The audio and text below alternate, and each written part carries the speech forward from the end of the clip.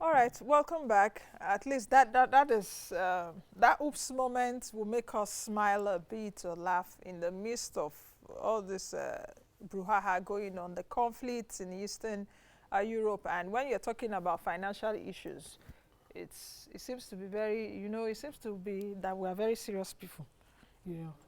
But my guest is joining me right now. Like I said earlier, we will be looking at accelerating entrepreneurship in Nigeria. Rabiu Hassan is the chief executive officer at MSMED Trust Fund Ltd. So welcome to the program. Thank you very much. Let me start. I hope you know what BVN is. Should I? That shows that we still have a lot to do in terms of financial literacy. That's true. That's true. It's a very important aspect that we need to, and I think your program will do a lot in educating Nigerians. I mean, for some of the very basic things that they need to know about finance. Yeah. We're trying our best. We'll continue to strive. Yeah. All right, let's get started. Entrepreneurship in Nigeria, we're looking also at MSME's resilience so far. We were hit by a pandemic. Before that pandemic, the MBS told us we had about 41.6 million MSMEs in Nigeria. But at the last report that the MBS chair, the MBS chief gave to us, it indicated that it has fallen from 41.6 to about 39.6, 39.1 or so million. MSMEs, and another classification puts nano enterprise. That one that employs like one or two people. Where I'm actually going to is that, at least I know you work with these set of businesses a lot. How are you able to assess the resilience? So how have you seen the resilience of MSMEs in Nigeria, at least in the last close to 2 years? Yeah, thank you very much. The capacity of our MSMEs, the resilience of our MSMEs will depend to a very large extent on the economic vulnerabilities that actually define how businesses are done in Nigeria. The doing business, our doing business index is not speaking very well. The resilience definitely will depend on the efficiency of the economy in terms of providing an enabling environment for them to thrive. The numbers released by our statistics authorities, given the ratio of population of Nigeria and the potential contribution of the sector to our gross domestic product, is suggesting that we need to do more in the sense that the propensity of an MSME to survive in an economy like that of Nigeria seems a very, very difficult thing to do. And I'm not surprised by the fact that the numbers are coming down. And the numbers we have equally is only speaking about the numbers of the MSMEs we have registered. But the numbers of active MSMEs that are still in business, trying to create opportunity for themselves and the economy at large, I think goes far beyond the numbers that we have seen recently. Is it because that our economy is also a bit largely informal? So you're saying, from what you're saying now, that we should have more than that. But what the MBS and SMED and saw is those that are officially registered MSMEs. And the numbers are higher, and the number of functional MSMEs that are still operating within the MSME ecosystem, and then functional in terms of the fact that they are still producing, at least they are still creating opportunities, and they are possibly growing and paying taxes to the economy. I think that number will probably surprise if the survey has gone deeper into determining the efficiency level and sustainability level and the resilience issue regarding how some of them are doing. Yeah. Do you really think that Nigerian MSMEs can accelerate Nigeria's economic growth? And I know why I'm asking. Yeah. Because largely informal, like we said, they are operating in not so friendly business environment, at least in the last few years. So do you think that Nigerian MSMEs can accelerate that growth? Even at the state of at the states they are operating, the magnitude of the contribution of the MSME to the economy, not only in Nigeria, globally, we see that it's something we're talking about contributing to more than 50% to the GDP, employing about 90, 80 or thereabout percentage of employment. And the world need, according to some World Bank statistics, between now to 2060, about 600 million more hands that will be needed by the MSME sector in terms of employment. And that represents only about 1.4% of the total employment contribution of the MSME to employment at the global level. And that same variables you're seeing speaks equally about Nigeria, because emerging economies actually equally operate within that realm. 50-55% contribution to GDP and 80-90% contribution in employment. And when you just oppose that with their contribution to government revenue by way of taxation, levies, and what have you, that they have a very significant capacity to grow our economy and move us beyond the state we are. But the ecosystem cannot just operate like we seems to be allowing the system to operate. Business organizations are like microorganisms. Like if the ecology, the environment is not right, they will definitely not work well.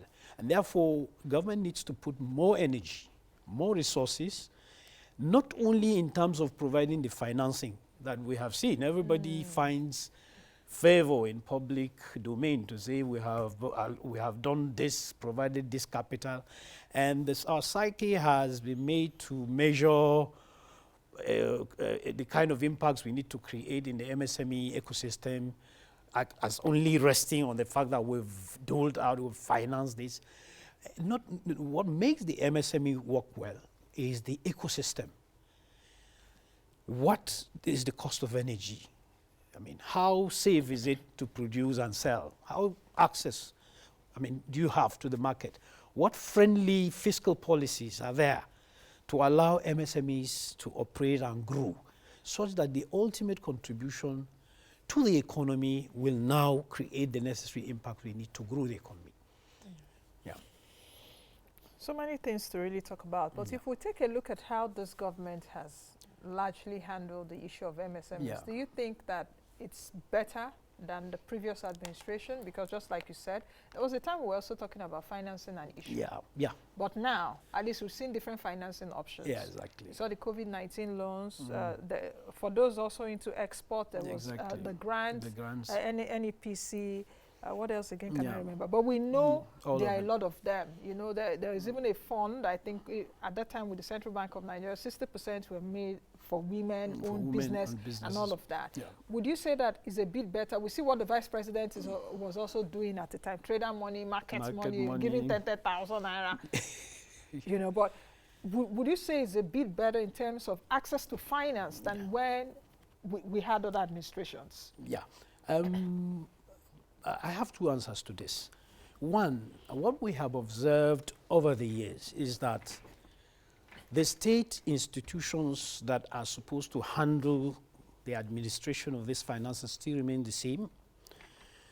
Their capacity to efficiently intermediate the financing to the MSMEs still remain the same. The most fundamental thing which needs to be done is that it's not about the availability of the financing, it's about the cost of financing is very critical, you remember. Now, what we have seen is that the government's narrative of what we need to do to get the MSMEs do well, thrive, and then contribute to the economy, I think has largely remained the same. The only thing that must have changed is the nomenclature used in defining what is being done at the moment. From government to government, you find different nomenclature, introduced, and then different parlance introduced, No, but then the implementation infrastructure. Yeah, will it be fair to say that? I know what you're saying. Yeah. That is almost the same idea, but with different names. Yeah. I know during Okonjo-Iweala we had, the N-Power side. N-Power, yeah. Then we also had one that some people had up to 5-10 million naira. Exactly. Those were grants. Grants, yeah. But I'm saying the quantum, the volume of assistance, exactly. Financial capital. Yeah. Isn't it more in this administration? It is. Perhaps occasioned by COVID too? COVID, no, it has increased in quantity. But remember, what was the increase in quantity might be nilled out if you factor inflation. Yes, reason being that, the total, as at the time you're talking about, like 5-10 years ago, the quantum of financial resources available, if you integrate every facet of government intervention, starting from the CBN, you remember it's 200 billion MSME thing? Yes. You go to the Bank of Industry, it has another, its own. Yes. The newly created Development Bank of Industry in Nigeria came up with its own. The Bank that of one is to microfinance banks. Microfinance bank, but it's still ultimately aimed at MSMEs. The Bank of Agriculture has its own, and then you have SMED running its own. So the quantum of resources we had on the table, to be very frank with you, 5, 7, 10 years ago, you were talking of about 2-3 trillion naira. Now, when you now measure access, I think I've come across a credible academic research. So access remains still a challenge. Despite the fact that we understand ICT has actually shortened the process, but access by way of the cost of financing, I think has become a very challenging thing. And then where you even have access, but the economic environment you operate is like uncertain. It adds to the risk profile of the MSME, and then financial institutions that are intermediating would always look at all those things. That's why I usually say, in the Nigerian financial system, it is easy for you to approach a bank and then you walk out with a loan to go and buy a fridge or a TV or a sofa on your parlor or a washing machine. If I come in with an MSME, a business proposal that will equally cost me buying a big TV, it will take until thy kingdom come for the bank to process and then give me the loan. And that is the kind of narrative and culture that has been embedded in our financing system and which needs to be taken care of. The Small Business Administration in the US is like a one office thing. If you come in the US, if you come, everything is handled in the same office. But here, remember, an average MSME has to contend with about 63 legislations, starting from the federal legislations to state legislations and the local government between permits. Every public organization that is in the regulation of one thing or the other measures its performance by the number of clampings it has brought in the system. You remember I was suggesting that 63, that was the last count. And I bet you we're now in the 70-something. Because if you start to produce pure water ordinarily, pure water such a industry, you go and count the number of laws and registration and regulations that you have to be in. And then an institution like PENCOM will come and tell you, if you employ 5, you must have to register with, you have to register. And the cost of compliance has become a very, very important issue in MSME business. In fact, it's almost getting, juxtaposed to the cost of energy. And that's why inflation will always be there, and then the sustainability and efficacy of these MSMEs to do what they are supposed to do has continued to remain challenging. And so we are looking at calling on the authorities to please. Now, when you have like a myriad of hundreds of programs run by the government, financed by budget, civil servants, as I know them, civil servants will have a wonderful party when you come up with it. Because concept like MSME sells well at the highest political level. So everybody wants to package something around MSME, come in and then get the budgets allocated, and that is the end of the story.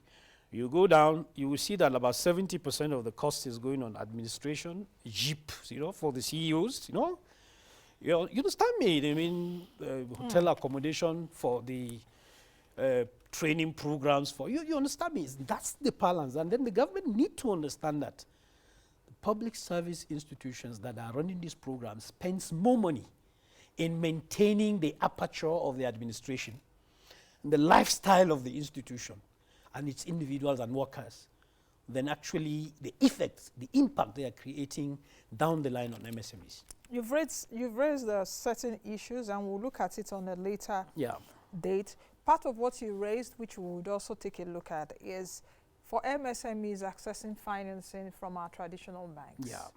And I think I did talk about this. Was it this week that we had a program on microfinance banking? I think that should be on Tuesday. Yeah, that's Tuesday. Yeah, Tuesday. Oh, you saw it? I know, I'm part of the family. Where I was really talking about the financing models for, if you're an MSME, if you're a micro business, small business, should you be going to traditional banks? Shouldn't you go to a microfinance bank? Microfinance bank, yes, yeah, yes. But our mentality, so I think those are part of the things we will look at. Yeah. And also what you've also raised is assessing the programs that are for MSMEs in Nigeria. Yeah. So I think we will need to do that on a later date to really dig deeper. So yes. And see how far they have come, if they've really impacted, and what is the quantum of the volume, as you said earlier. Exactly. But thank you very much for coming on the show. Thank you very much, Nancy. Thank you very much, Nancy. Thank you very much. All right, I've been speaking with Rabiu Hassan, who is the Chief Executive Officer at MSMED Trust Fund. Development Trust Fund. Development Trust Fund. We've been looking at accelerating entrepreneurship in Nigeria, talking about the state of MSMEs in the country. That's the much we can take on today's edition of the program. I hope you've been educated and enlightened. If it's one thing you should take it away that BVN is bank verification number. If you didn't take anything away from this show, so that when you're being asked, you can say what it means. But I know you've taken away quite a lot today. Thank you all for being a part of our show. And don't forget those two people, the two lucky winners for the book, a beginner's guide to property investment. We would get across to you so that you can take possession of those books. We don't only read alone in my office, or I and my team. We want to extend it to you too. So I'll see you all on Monday, God willing, with another guest, another topic. Be the best you can be, and be that change that you want to see. Bye now.